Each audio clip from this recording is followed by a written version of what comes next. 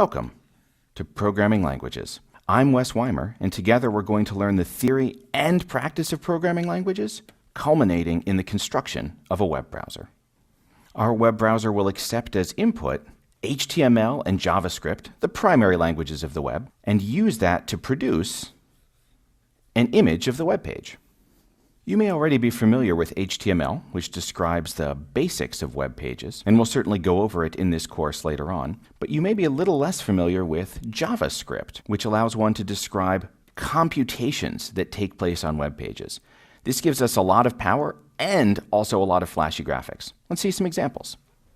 This particular web page, chosen more or less at random, uses JavaScript to animate these tabs for its title bar at the top.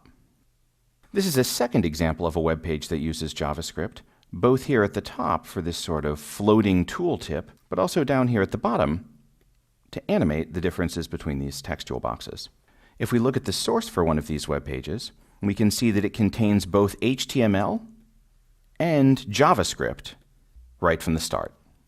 So let me give you a brief overview, in pictures more or less, of how this course and the overarching project will go.